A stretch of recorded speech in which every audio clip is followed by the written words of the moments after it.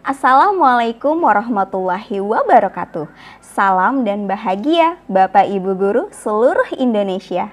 Perkenalkan, saya Hani Mayasari dari SMP Negeri 7 Banjarmasin, pengampu mata pelajaran Matematika kelas 7. Dalam kesempatan ini, izinkan saya berbagi praktik baik dalam mengimplementasikan pembelajaran berdiferensiasi. Pembelajaran berdiferensiasi merupakan pembelajaran yang dapat memenuhi kebutuhan belajar siswa karena pembelajaran berdiferensiasi bertujuan untuk mendukung semua kebutuhan belajar murid di kelas. Strategi dalam pembelajaran berdiferensiasi ada 3. Yang pertama, diferensiasi konten. Yang kedua, diferensiasi proses. Yang ketiga, diferensiasi produk. Pembelajaran berdiferensiasi berawal dari adanya tantangan yang dihadapi guru di kelas. Yang menjadi tantangan saya di kelas adalah kurangnya minat belajar siswa pada saat belajar matematika. Kemudian saya melakukan diagnostik awal dengan mengamati perilaku siswa dan juga mereview serta merefleksi hasil pembelajaran.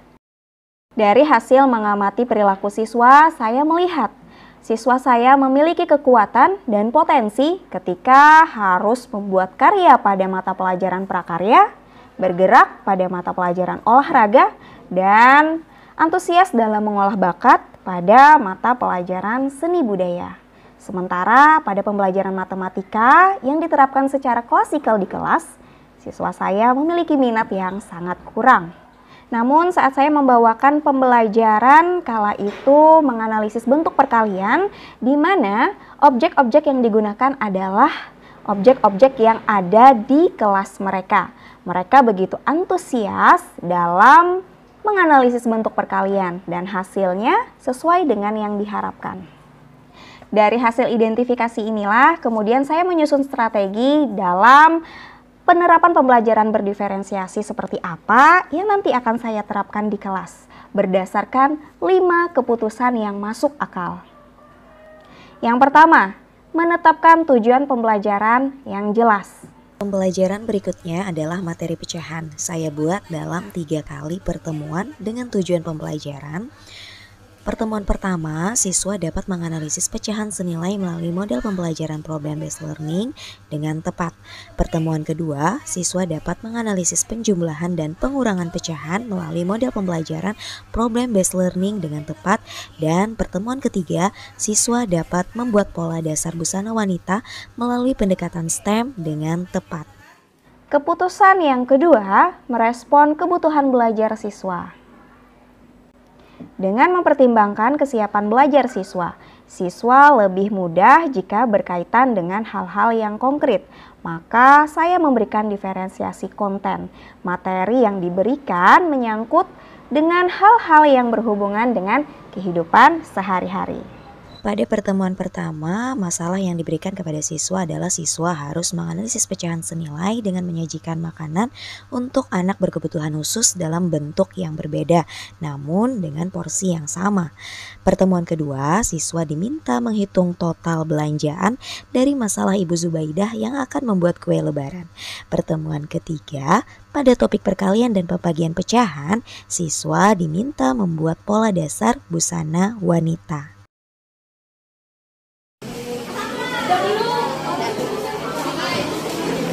Kebutuhan belajar dari segi minat yang kurang dan gaya belajar siswa yang lebih banyak kinestetik, maka saya memberikan diferensiasi proses.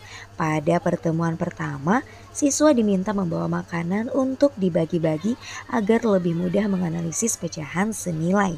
Dan dari sini juga, siswa akan sambil bergerak mengkonstruk pembagian makanan yang dapat menghasilkan pecahan senilai. Pada pertemuan kedua, siswa dikenalkan aplikasi GeoGebra untuk melatih keterampilan menghitung dalam menjumlahkan pecahan. Aplikasi GeoGebra adalah aplikasi gratis yang dapat dimanfaatkan guru dalam memvisualisasikan konsep matematika dengan menggunakan Android atau laptop. Nah, Karena sekolah memiliki aset Chromebook dari pemerintah, maka saya memanfaatkan aset ini untuk siswa dapat mengakses aplikasi GeoGebra. Kemudian pada pertemuan ketiga ini saya berkolaborasi dengan guru lain. Karena menggunakan pendekatan STEM, maka diperlukan kolaborasi dua disiplin ilmu yakni matematika dan IPA. Menurut saya berkolaborasi antar guru mata pelajaran dalam pembelajaran itu merupakan salah satu strategi ya dalam pembelajaran berdiferensiasi. Dan dengan melibatkan saya nih sebagai guru IPA yang mengikuti pembelajaran matematika, maka akan memudahkan saya untuk mengaplikasikan atau mengaitkan materi yang saya ajarkan yang berhubungan dengan pengukuran dalam kehidupan sehari-hari. Matematika pada konsep pecahan, IPA pada konsep pengukuran. Teknologi yang digunakan berupa teknologi sederhana, yakni penggaris dan alat ukur. Kemudian, proses engineering berupa prototipe dari membuat pola berdasarkan ukuran temannya. Keputusan yang ketiga adalah menciptakan suasana lingkungan belajar yang mengundang untuk belajar. Dengan desain pembelajaran seperti ini, di mana setiap kegiatan pada tiap pertemuannya berbeda-beda, akan menciptakan lingkungan belajar yang mengundang siswa untuk belajar. Namun, kita perlu mengenali kekuatan diri agar dapat menerapkan pembelajaran berdiferensiasi. Saya memiliki kekuatan pernah belajar tentang jahit-menjahit. Makanya saya membawakan materi pecahan dengan menerjunkan siswa langsung membuat pola dasar. Saya juga pernah mempelajari cara mengoperasikan GeoGebra. Keputusan ketiga adalah manajemen kelas yang efektif, yakni sebelum kegiatan terlebih dahulu koordinasikan kepada siswa hal apa saja yang akan mereka butuhkan pada pertemuan berikutnya. Keputusan yang terakhir adalah penilaian berkelanjutan. Hasil dari penerapan pembelajaran berdiferensiasi ini bisa dijadikan bahan refleksi lagi untuk dapat memberikan perlakuan yang seperti apa lagi yang dapat mendorong dan lebih memenuhi kebutuhan belajar siswa. Karena seyogyanya apa yang dilakukan pasti mendapatkan respon yang berbeda-beda lagi dari setiap siswa. Nah, kemudian melakukan assessment sumatif. Saya menggunakan SMART test untuk mengukur pengetahuan semua siswa. Dari pembelajaran berdiferensiasi yang sudah saya terapkan di beberapa kelas, ada kelas yang begitu antusias, ada juga kelas yang biasa-biasa saja. Jadi, hal ini bisa saya jadikan penilaian yang berkelanjutan untuk bisa memberikan pembelajaran berdiferensiasi yang seperti apa lagi yang akan saya bawakan pada materi berikutnya.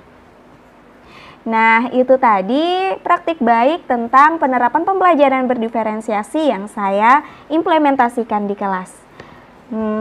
Untuk materi berikutnya, pembelajaran berdiferensiasi apa lagi ya yang akan saya terapkan di kelas?